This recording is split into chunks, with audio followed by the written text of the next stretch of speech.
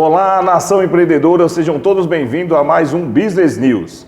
Hoje o programa, como sempre, recheado de atrações. Esse programa que é feito para você empreendedor, para a gestão do seu conhecimento, para a sua profissionalização, para que você possa maximizar cada vez mais o seu resultado e desenvolver a sua empresa, porque é isso que a sociedade espera de vocês.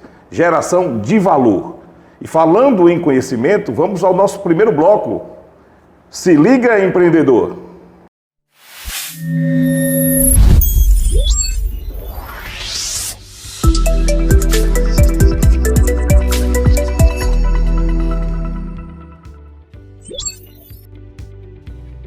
Oi gente, eu sou Raíssa e eu estou aqui com o Thales para te ajudar a resolver um dos maiores problemas de quem trabalha com doces, como calcular o custo e formar o preço certo de um produto. Muito bem, Raíssa. Vamos descomplicar esse assunto com um exemplo bem prático. Eu vendo este bolo por mim, mas como saber quanto ele custa para mim? Vamos descobrir juntos? A primeira etapa é listar todos os ingredientes usados. Quanto de cada um você gasta por bolo. Isso se chama custo direto. E a caixinha e etiqueta do bolo? Esses também entram como custo direto. Agora a gente precisa ratear os custos indiretos, como o gás, o aluguel do espaço e a energia.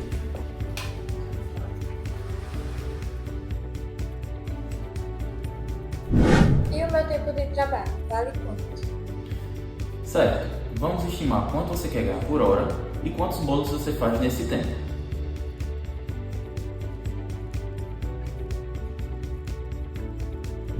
Agora vamos aplicar a margem de lucro desejada. Suponha que você quer 100% dos lucros desejados do custo direto.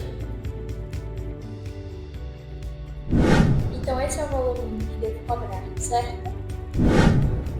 Exato, mas é bom pesquisar o mercado e considerar o seu posicionamento. Se o seu bolo é premium, talvez você possa cobrar mais por isso.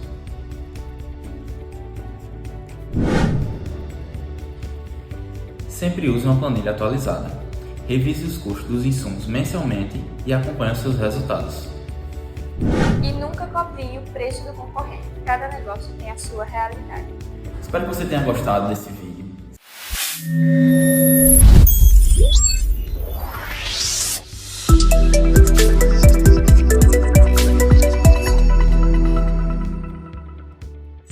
Voltamos desse primeiro bloco, tenho certeza que vocês gostaram do momento Se Liga Empreendedor, um conhecimento para que vocês, com dicas para que vocês realmente possam maximizar o resultado de vocês. Mas como a gente fala de negócio, né, nós temos que faturar. Então vamos lá, vamos só um intervalozinho rapidinho, daqui a pouco a gente está de volta.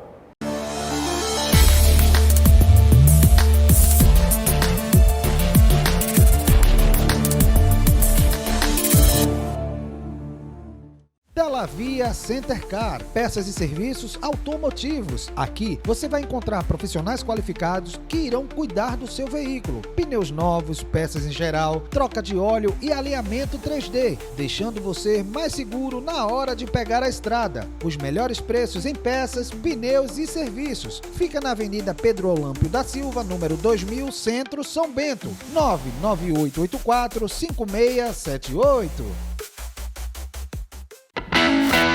Invista já na segurança do seu lar e do seu negócio. O Grupo Alerta lhe oferece diversos serviços, entre eles o de segurança eletrônica.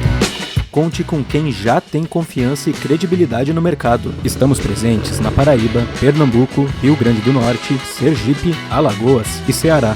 Além da segurança eletrônica, você ainda pode contar com a tranquilidade de ter uma excelente segurança pessoal, com o padrão de excelência do Grupo Alerta. Acesse nossas redes.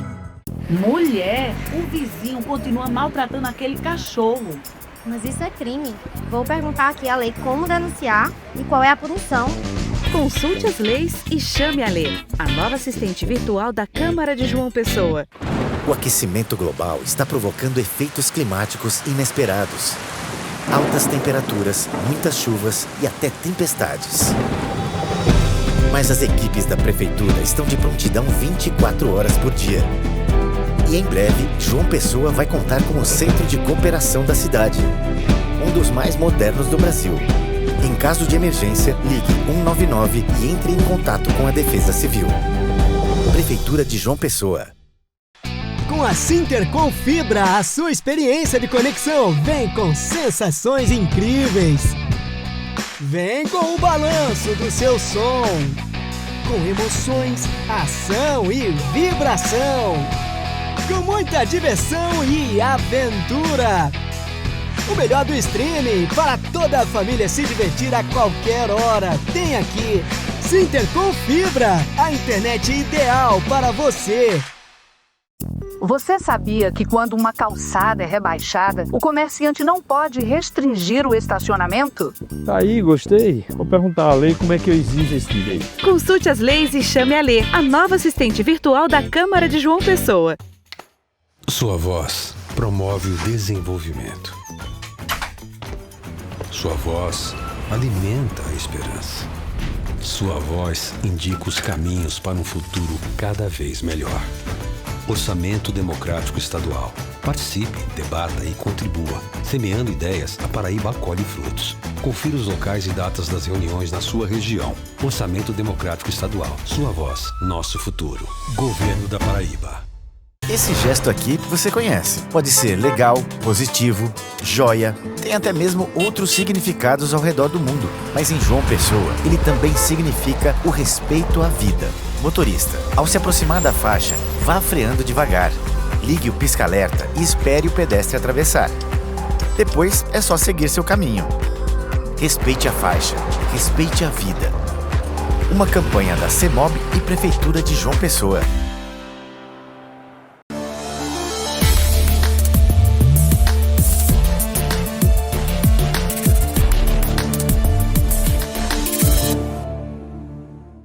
E estamos de volta, mas não podemos esquecer que conhecimento é fundamental para desenvolver a atividade empresarial, mas também precisamos cuidar da nossa saúde, seja a nossa saúde mental, seja a nossa saúde física. Por isso, vamos ao quadro CPF Forte, CNPJ Forte.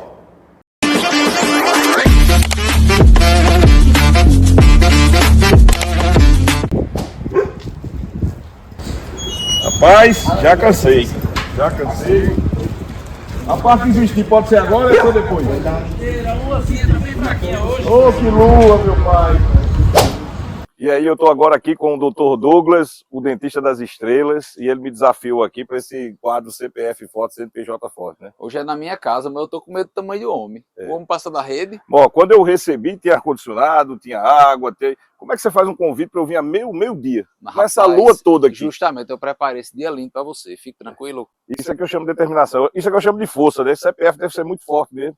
Porque, meu amigo, aguentar uma lua dessa não tem quem aguente não. Mas eu vou resistir, vou tentar resistir. Agora, vamos deixar registrado aqui. Quem foi que armou isso aqui? Que armou o quê? Que veio para esse horário, que disse, ó, tem que ser nesse horário. Aí, nesse horário foi um paciente meu. Foi um paciente, foi? Um paciente meu que disse, não, só presta se for do meio-dia. Ele tá aqui por perto? A graça é se for do meio-dia só. Ele tá aqui por perto? Não? Rapaz, eu tô achando que tá, viu? Tá, não tá? Tá. Tem uns traíras, meu amigo, viu? Tem uns traíras aqui. Mas, me diga uma coisa, Douglas. Quanto tempo você começou a praticar esse esporte? 3 anos já. 3 anos? 3 anos. Era algo que você pretendia fazer, não? Ou foi algo casual? Surgiu de uma brincadeira da turma lá do prédio, fizeram um campeonato interno do pessoal do prédio. Era só os casais, a gente veio participar e eu não sabia jogar nada, nunca tinha pego numa raquete de beach tennis. E aí eu sou meio maníaco. Quando eu começo a fazer uma coisa, eu tenho que fazer bem, eu tenho que fazer bem. Aí Pra fazer bem feito. Fazer bem feito. Aí tive que começar a treinar. Aí comecei a treinar aí. Mas é brincadeira que tu treina nesse horário, né? Isso aqui foi só pra me pegar, não? Nesse horário. Toda vez nesse horário? 2 dias na semana nesse horário. Caramba, meu amigo. Você nunca pensou, não? 5 horas da manhã, 4 horas da manhã, aquele frescor? Já teve, mas agora não dá, que os meninos estão estudando, os pequenos estão estudando de manhã, aí a gente não consegue. Então eu posso perdoar esse teu paciente, né? Que eu acho que ele tava aprontando comigo. Mas tem um treino desse às da noite também. Eu faço em outros 2 dias da semana, esse da noite. Ele que não quer marcar nesse da noite. Mas, rapaz, tá vendo? Eu sabia. Mas assim mesmo, a gente vai investigando, a gente vai descobrindo as coisas que vão acontecendo, né? Você já sabe, né? Na outra gravação eu levei 3 socos por causa dele, porque ele tá dizendo que no primeiro não pegou o soco de verdade, o segundo melhorou, mas aí no terceiro ele disse, precisa gravar uma terceira. Eu levei uma pancada tão grande, mas tão grande, que eu saí com dor de cabeça. Mas aí eu acho que a culpa não foi dele, não. É porque você é um alvo muito grande, é fácil de acertar. Mas me diga uma coisa, o que o beach tênis trouxe de bom para a tua vida profissional? Ah, tudo. Sempre esporte é sempre bom, você fica com outra disposição para trabalhar, você quer acordar cedo para praticar o esporte, seu dia começa mais cedo e com isso você produz mais.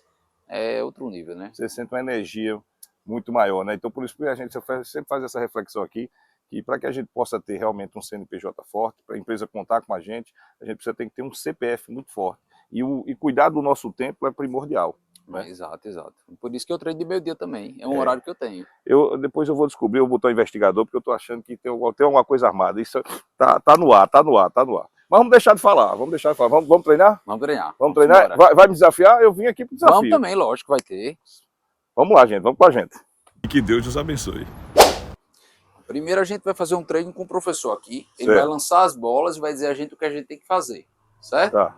Uma vez que a gente fizer essa parte do treino, aí a gente vai pro joguinho, que chama simples. É meia quadra só. Certo. Tá? Só vai ser um contra o outro. E eu bato para onde? É para lá, para cá? Não, você tem que botar dentro da quadra. Só a porrada aqui é maior. Porrada? Quem falou em porrada aqui? Da bola. Que conversa a bola é é muito veloz, a bola. Mas aí machuca aí também? Não, nunca senti nada, não.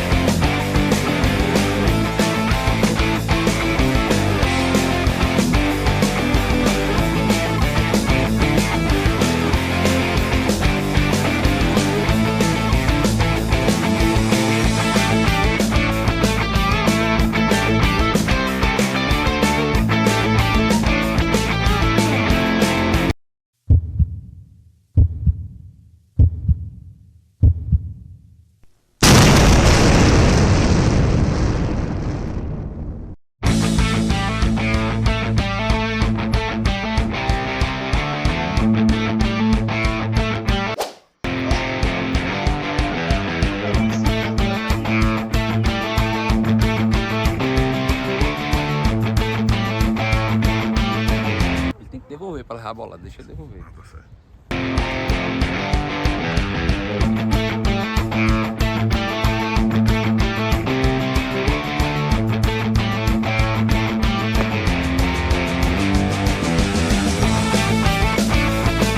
Você gravou isso? Tá gravando não, Gravei isso. Meus amigos, obrigado. Sem ar, bicho aí. Eu tô desorientado, bicho, com a raquete. Tá aqui na altitude de La Paz. Meu amigo, eu quero um balão de ar. Tô precisando, mas eu queria agradecer a vocês por quase me matarem, obrigado. Só tem 20 minutos de treino. Hein? Falta 40. Foram 2 horas, não? 2 horas de treino já.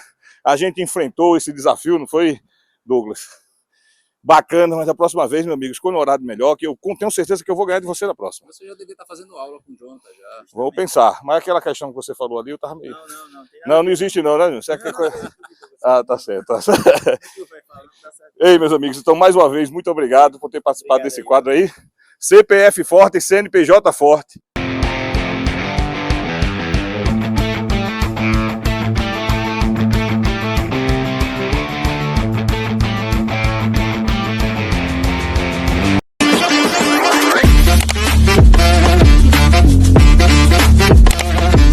Tenho certeza que vocês amaram esse bloco, porque é um bloco que faz você refletir sobre a sua saúde, o cuidado que você tem que ter com o seu tempo, que é o seu corpo. Mas, como falamos de negócio, vamos ter que faturar, né? A gente volta já. Vamos aos nossos comerciais, nós voltamos já.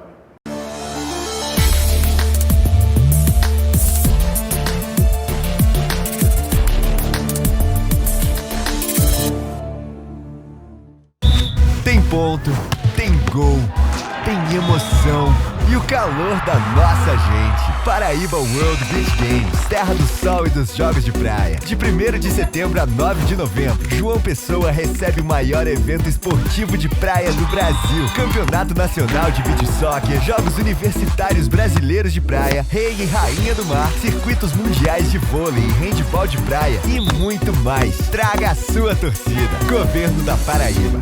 Você sabia que quando uma calçada é rebaixada, o comerciante não pode restringir o estacionamento? É lei. Vou chamar a Lei aqui no Zap para saber mais detalhes sobre essa lei. Consulte as leis e chame a Lei, a nova assistente virtual da Câmara de João Pessoa. No Sicredi acreditamos em um mundo repleto de cooperação. Acreditamos que existem novas maneiras de repensar velhos hábitos. A gente faz acontecer juntos porque sempre existe uma alternativa mais justa e humana para tudo. Inclusive para a sua vida financeira. O Sicredi rende mais para você e para todos à sua volta porque reinveste recursos na sua região, incentivando a economia local. Escolha o Sicredi, onde o dinheiro rende um mundo melhor.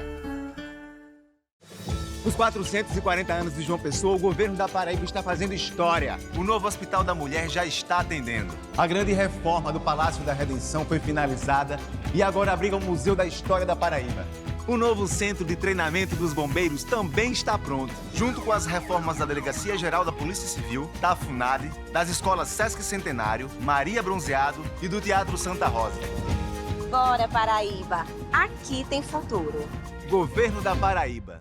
João Pessoa tá com tudo. Tá investindo mais de R$1 bilhão em infraestrutura. Tá com 1.000 ruas entregues, 200 quilômetros de asfalto novinho e obras no binário do Unip e nas avenidas Rui Carneiro e Hilton Souto Maior.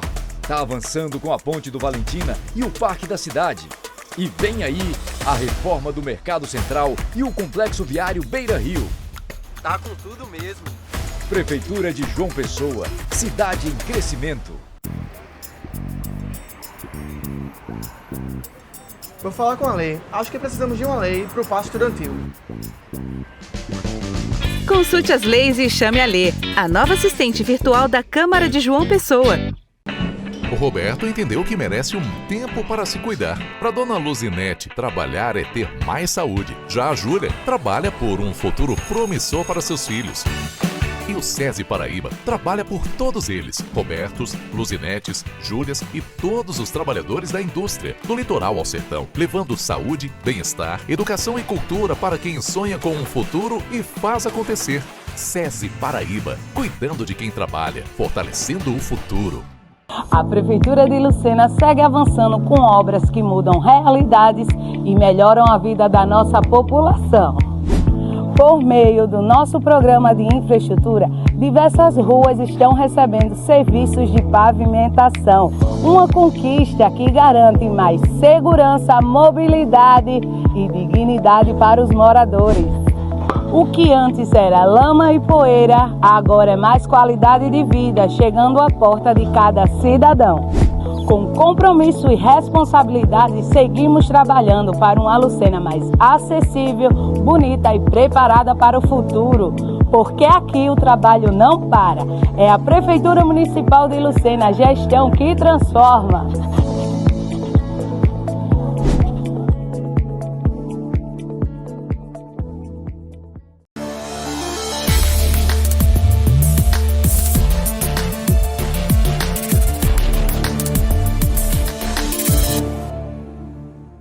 Olá, nação empreendedora! E nós já estamos de volta com o nosso Papo Empreendedor, com ele, que é uma figuraça, o cara da área comercial. Vocês vão aprender muito na área comercial hoje com o José Carneiro.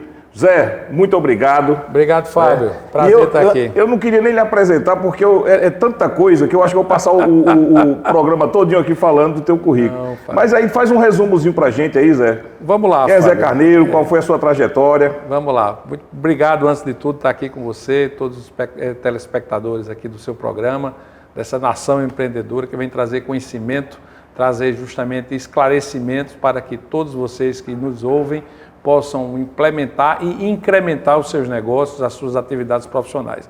Zé Carneiro é um caiçarense, nascido em Parteira, na Fazenda Massaranduba, isso já ficou lá para trás, eu tenho 58 hoje, né? Mas a nossa trajetória comercial, ela perpassa entre automóveis e pneus, mas ao mesmo tempo também, paralelo a isso, uma atividade associativa muito forte, né? Desde o início, quando a gente fundou a Renault, lá atrás, em 1994, eu já fiz parte da fundação também da Abrare, Associação de Concessionários Renault. E logo me envolvi na direção, estive no comando dessa associação, junto com os nossos colegas aí do Brasil durante muito tempo. Depois empreendi para a Nissan, depois veio um tempinho que teve SsangYong, aquela coreana que tinha os carros com motor Mercedes-Benz, né? E no final da nossa trajetória, a gente teve aí 5 anos com Peugeot e Citroën. Ao todo, nós ficamos 31 anos com Renault, 25 anos com Nissan e 5 anos com Peugeot e Citroën, né? Isso nos deu bastante experiência, nos deu bastante visibilidade no mercado. Modesta parte, o nome José Carneiro, fora de João Pessoa, ele tem um significado justamente por conta dessa minha atuação associativista, né? Eu estou à frente ainda do Sincodiv, que é o Sindicato Patronal dos Concessionários de Veículos aqui na Paraíba.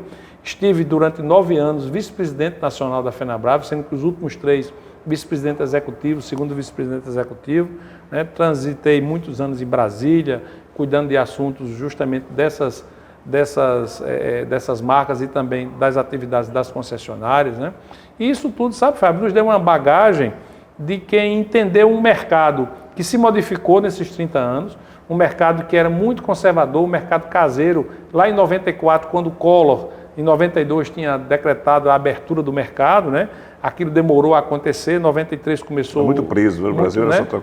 Era só 4 marcas, né? 4 marcas. 4 marcas de automóveis, 3 marcas de caminhões, né? Algumas marcas de tratores. Com o Collor, aquilo começou a abrir e nós começamos justamente em fevereiro de 94, ou seja, no comecinho de 94, com a Renault. Na época era importado, era pela Caoa, depois chegou a marca, a fábrica, em 96 a Renault começou a trabalhar no Brasil, e aí em 98 veio a inauguração da fábrica, né?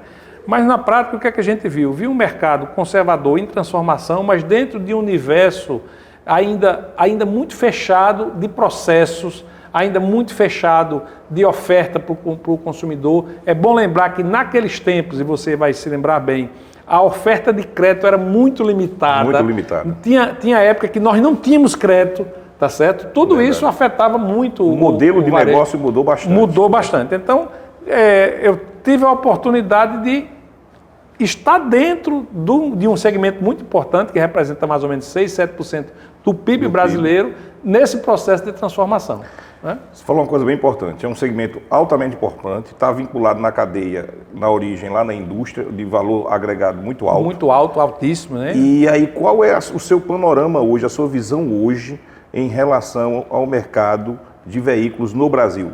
Você acredita, faço essa pergunta, porque a sua formação ela foi muito mais holística, né? Você foi um cara que sempre estava preocupado com a economia, a movimentação da economia, a movimentação das políticas públicas, de tudo que envolvia o processo, e é onde está inserido o consumidor. Então aí eu faço essa pergunta a você. Como é que você avalia o mercado hoje em comparação ao mercado de logo pós-Collor? Pronto, eu vou dividir esse período de 31 anos aí em algumas datas muito importantes, né? Então, você teve um mercado muito fechado até mais ou menos o início do governo Lula, tá certo? Então, a gente está falando de 2002, então, 94 a 2002 foi um mercado que não tinha muita mudança, tá certo? Fernando Henrique meio que arrumou a casa, é importante a gente dizer isso. Ele conseguiu domar a inflação, não é? A gente começou a acontecer o crédito, mas o mercado não até ele desaparecer e entrar o governo de Lula, o mercado não tirou proveito disso, digamos assim, né? Então veio o governo Lula, uma não ruptura econômica, que é importante dizer que não houve uma ruptura econômica, e aí o mercado vai se adequando, começa a acontecer mais oferta de crédito, começa a alongar os prazos de financiamento, começam a surgir novas modalidades de crédito que antes a gente não tinha. Então, durante aquela época surgiu o leasing, depois desapareceu, mas surgiu, o consórcio se fortaleceu bastante. Então, houve efetivamente uma transformação. Por outro lado, a parte processual, aí sim, Fábio, é que houve realmente uma transformação, com o início da implantação tecnológica nas concessionárias, né? Então, no decorrer dos anos de 2002 até 2008, mais ou menos por aí, por que 2008? Porque teve uma grande crise mundial, tá certo? 2008 houve uma parada mundial, houve uma crise que foi a bolha imobiliária, tá certo? Então isso deu uma afetação. Tem aquela história da marola, né, que seria a marolinha, que terminou amarolando, né, veio uma marola grande, porque, enfim, falta de uma visão do globo, né, do total, né? E aí esse primeiro freio de arrumação mostrou que a categoria ela precisava se modernizar e precisava apostar em ferramentas que pudessem prever algo. Até então a gente era quase assim, fazia o almoço para vender o jantar, vender o almoço para fazer o jantar, tá certo? De forma geral era isso que acontecia. A partir daí houve justamente um início de uma transformação, uso de dados, uso de previsibilidade, tá certo? Começou a se projetar mercado, coisa que não existia, tá certo? E o que eu acho interessante é a questão da forma da abordagem do produto, veículo. Sim, sem dúvida. Porque ela sensibiliza, né, o ser humano ou o consumidor por, primeiro, um sonho realizado. Exatamente. Né? No Brasil isso é muito importante. Isso é muito comum. Muito comum, né? A aquisição do carro, né, o seu primeiro carro, o seu segundo carro, ele é uma aquisição absolutamente emocional. Está ligado com a efetivação do sucesso da pessoa, do casal, da família, seja como for, entendeu? Ainda hoje é assim. Hoje existe essa cultura que quer desvalorizar, e eu me permita usar essa palavra, desvalorizar as conquistas, como se fossem coisas banais, e não são. São coisas importantes. Você não pode dizer que a aquisição, o teu acesso à sua primeira casa, à sua residência, não tem importância, tem. A seu primeiro carro não tem importância, tem. Não é coisa banal, é difícil no Brasil ainda, entendeu?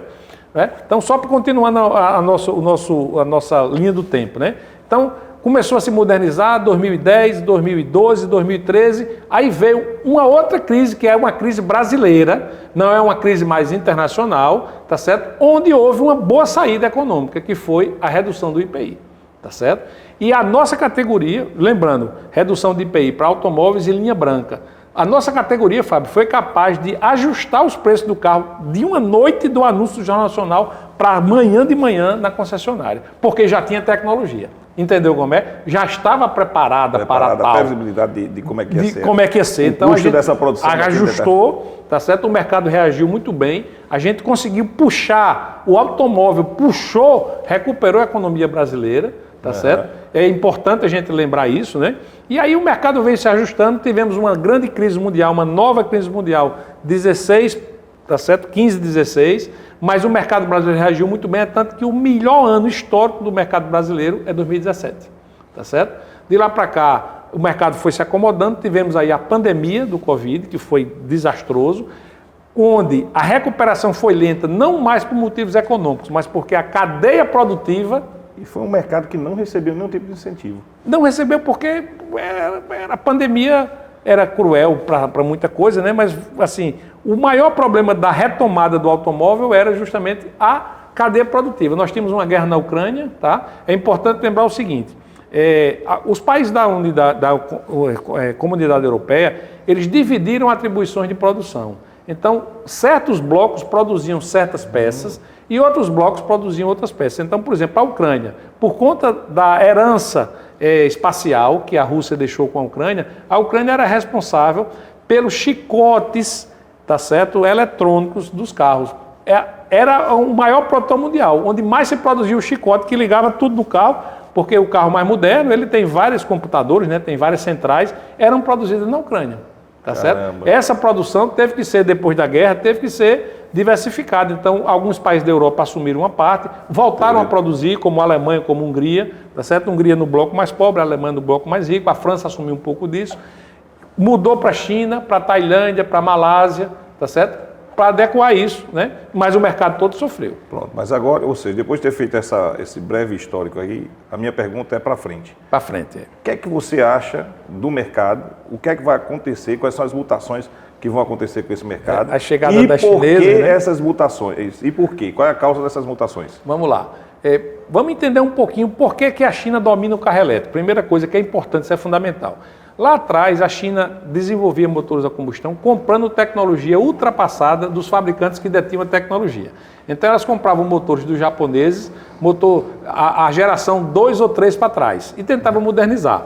Isso ela nunca ia alcançar, e ela sabia disso. Então, o que é que ela pegou? Ela pegou uma demanda, pegou um nicho, tá certo? Que era justamente, na época, há 25 anos atrás, os carros elétricos, E começou a bater cabeça nisso aí. Os primeiros carros elétricos chineses eram fracos, ruins, com baixa autonomia. Made in China. Dava made in China, aquela China daquela época. Hoje não podemos mais dizer isso, tá certo? Então, é aquela China daquela época, com baixa autonomia, com muitos problemas, tá certo? Que não funcionava a bateria. Brincava de Xing Ling, né? Exatamente. Qualquer coisa que não tinha quadrado, a gente dizia que era Xing Ling. Xing Ling. E aí, eles foram desenvolvendo uma tecnologia e hoje eles estão muitos anos à frente da concorrência. Né? Aquela BYD e a GWM são as que mais crescem no mundo. São marcas, na verdade, assim, as chinesas proeminentes, né? A China, Fábio, eu diria que ela tem 10 marcas, nem todas estão no Brasil ainda, mas ela tem 10 marcas que são líderes de alguma coisa. A maior de todas elas é a BYD, a mais poderosa, tá certo? Ela é sócia, ela é associada ao governo, ela tem incentivos, mas é outra história, não vamos entrar aqui. Isso não tira o mérito tecnológico dela, tá certo? Ela fez investimento em engenharia, fez investimento em design muito forte e está colhendo os frutos, tá certo? A GWM ocupa mais ou menos a posição 10 no mercado chinês, mas aqui no Brasil ela tem uma projeção maior. Ela talvez, proporcionalmente, foi até mais eficiente do que a BYD. A BYD talvez tenha mais volume, mas eu acho que talvez em resultado de negócio, a rede GWM é mais eficiente. Está chegando agora a segunda maior gigante, que é a Geely, tá certo? Que é a dona da Lotus, a dona da Volvo, é sócia da Renault, é sócia da Aston Martin. Olha aí, hein? Essa tem muita dica aí, hein, gente? Essa tem bastante background, tá certo? Ela chega com muita qualidade, né? E assim, tem muitas outras marcas que vão chegar. A GAC chegou, a JAC, que é a Jaque, né? Está aqui batendo cabeça, nunca se destacou, mas é uma marca que não pode ser... Ela nunca se destacou no mercado? No mercado brasileiro, tá certo? Mas é uma marca que a gente não pode ignorar. Mas ela está entre quais no mercado chinês? Ela está próximo da GWM, tá certo? Ela está próximo da GWM. Mas no meio do caminho, você tem, por exemplo, a GAC, que é maior do que ela, está no meio do caminho, tá certo? A GAC, que foi sócia da Volkswagen muito tempo lá. Não estão ainda aqui no Brasil, desculpe. A Dongfeng, que é uma gigante chinesa, não chegou ainda, tá certo? Mas faltam chegar, que vão chegar recentemente, a Lynk & Co., Lynk & Co., que é uma companhia jovem, produtos muito modernos, tá certo? A Zeekr, que é uma de luxo, já está, mas é nichada, mais de carros de luxo, mas tem muita coisa para acontecer. Em resumo, Fábio, é o seguinte: os chineses bagunçaram a ordem do mercado, tá certo? Coisas que os coreanos tinham feito com a Hyundai anos atrás e que terminou, o movimento da Hyundai terminou consolidando uma posição da japonesa Toyota, tá certo? Só que quando os chineses chegaram, eles bagunçaram com essa ordem toda. Mundialmente, qual foi a primeira consequência? Depois de não sei quantos anos, tá certo? Pela primeira vez esse ano, a Nissan não ficará entre os 10 maiores fabricantes mundiais. Ela perdeu essa posição, ela tem uma crise particular, ela teve que reduzir produção, então mundialmente ela perdeu isso para as chinesas. Quem está ocupando isso são as chinesas, tá certo? Voltando para o mercado brasileiro, a gente tem uma melhor distribuição do mercado, cada um está ficando com uma fatiazinha.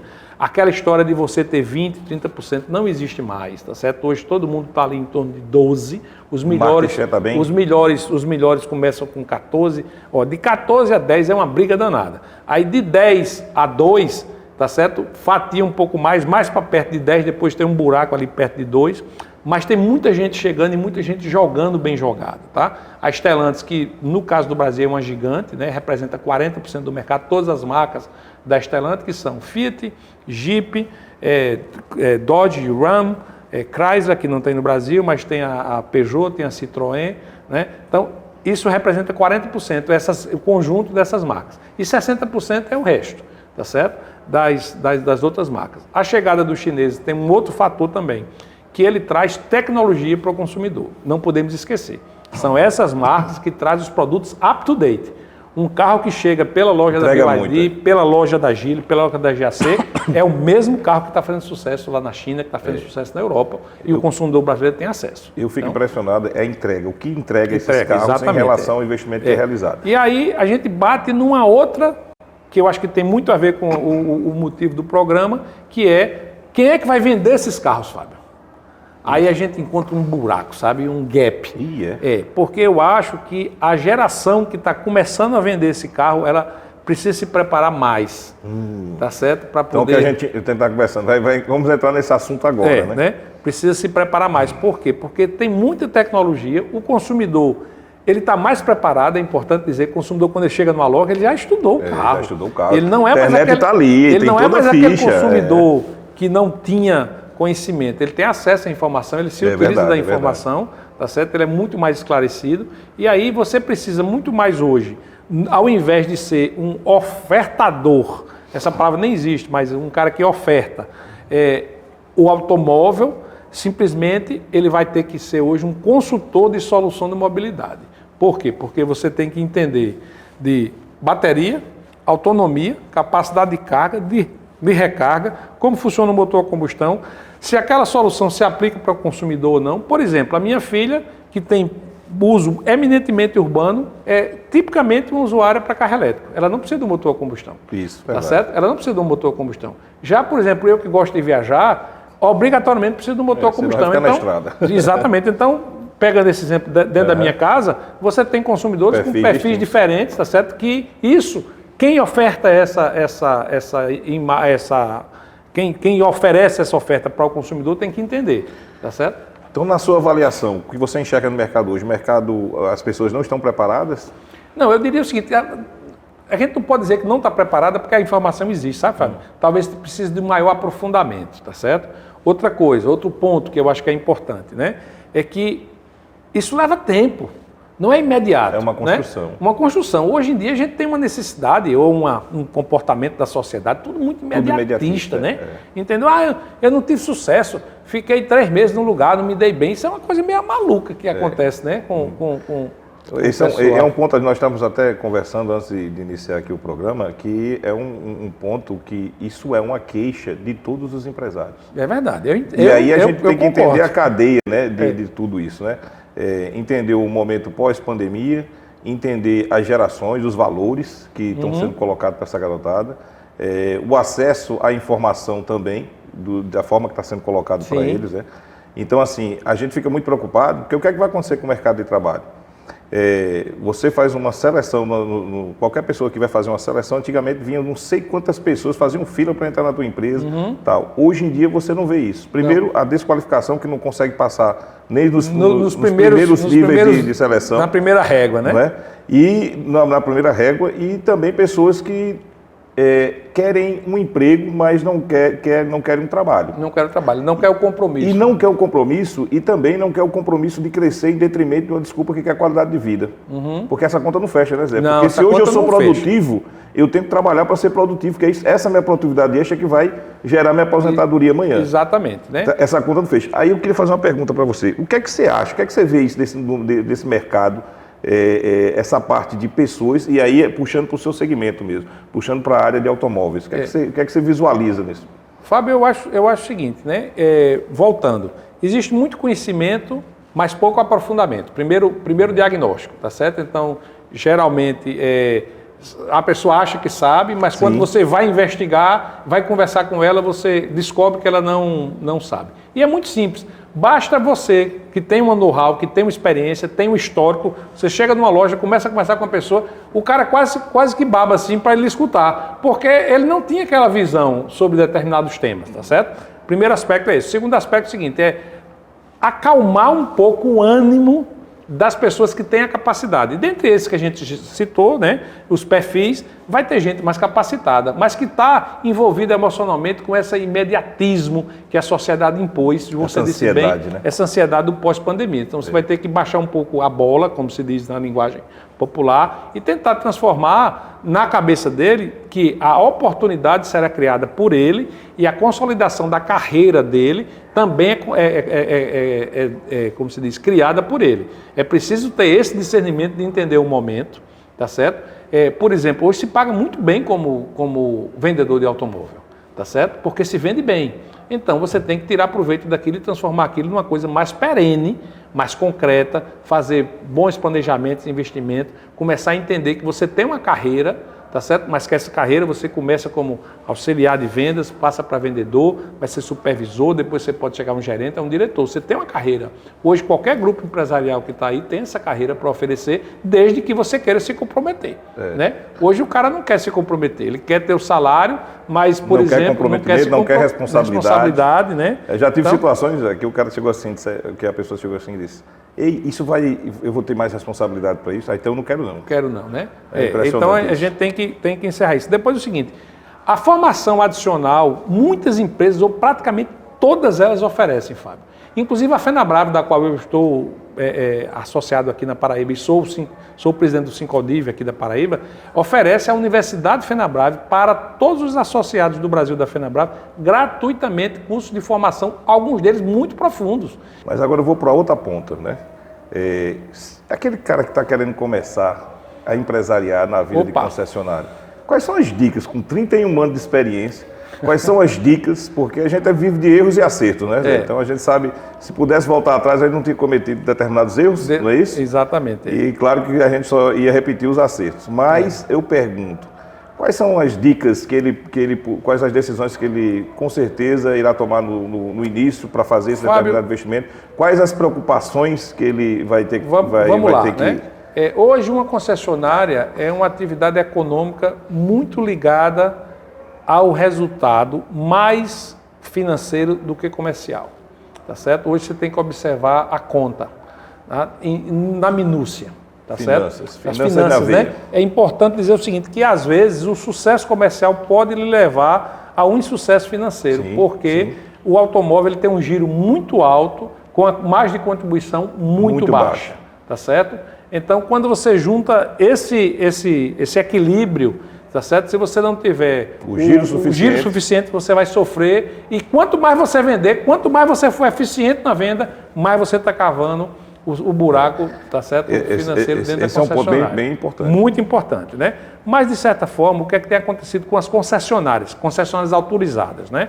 As concessionárias autorizadas, existe hoje um processo de consolidação em pleno andamento no Brasil, tá certo? Então, os grupos, seja mais fracos ou menores, e pode ser as duas coisas juntas ou não, tá certo? Eles estão dando vez para os grupos maiores, mais consolidados, tá certo?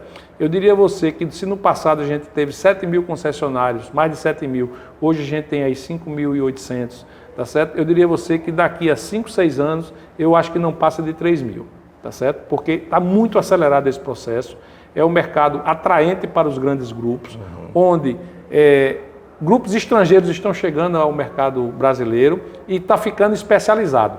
O cara é bom de caminhão, então ele tem a cadeia de caminhão de norte a sul. Ele é bom de moto, então ele tem não sei quantas concessionárias de moto. Aqui no norte do Brasil, nós temos um grupo que detém mais de 2.000 pontos de venda de moto Honda. Já imaginou o que é isso? Caramba! Ele tem uma estrutura, mais de 2.000 funcionários, tá certo? Vendendo moto por aí. Muitos desses pontos é feito antigamente a loja da Itapemirim no interior, era só aquela portinha, né, para vender, que acontece no norte. Mas, enfim, ele está se especializando tanto da marca ou do segmento e está se consolidando, né? Então, quem vai começar, faça um esforço para começar muito organizado e muito capitalizado. Esse é meu capital de giro é fundamental. Para encerrar aqui, vamos encerrar numa frase aqui para os nossos telespectadores, para os nossos empreendedores. Vamos lá, Fábio. De empreendedor para empreendedor. De empreendedor para empreendedor. O sonho, sabe, que você constrói, ele só vai ser possível se você tiver total comprometimento e dedicar-se cada minuto do seu tempo para realizar o sonho. Sonho você não realiza dormindo, você só realiza acordado e trabalhando. Trabalho sério e suor. Cadeiro, mais uma vez, obrigado, meu amigo. Obrigado, Fábio. E eu vou convidar para que você venha em outras vezes, porque o papo estava muito bom e eu tenho muita coisa ainda para a gente debater sobre o assunto. Vai ser uma honra retornar aqui. Parabéns mais uma vez. Você sabe que eu tenho admiração pessoal por você. Muito obrigado, Fábio. Também é isso aí, gente. Papo como esse é enriquecedor. Então, fica ligado e até o próximo programa. Um grande abraço.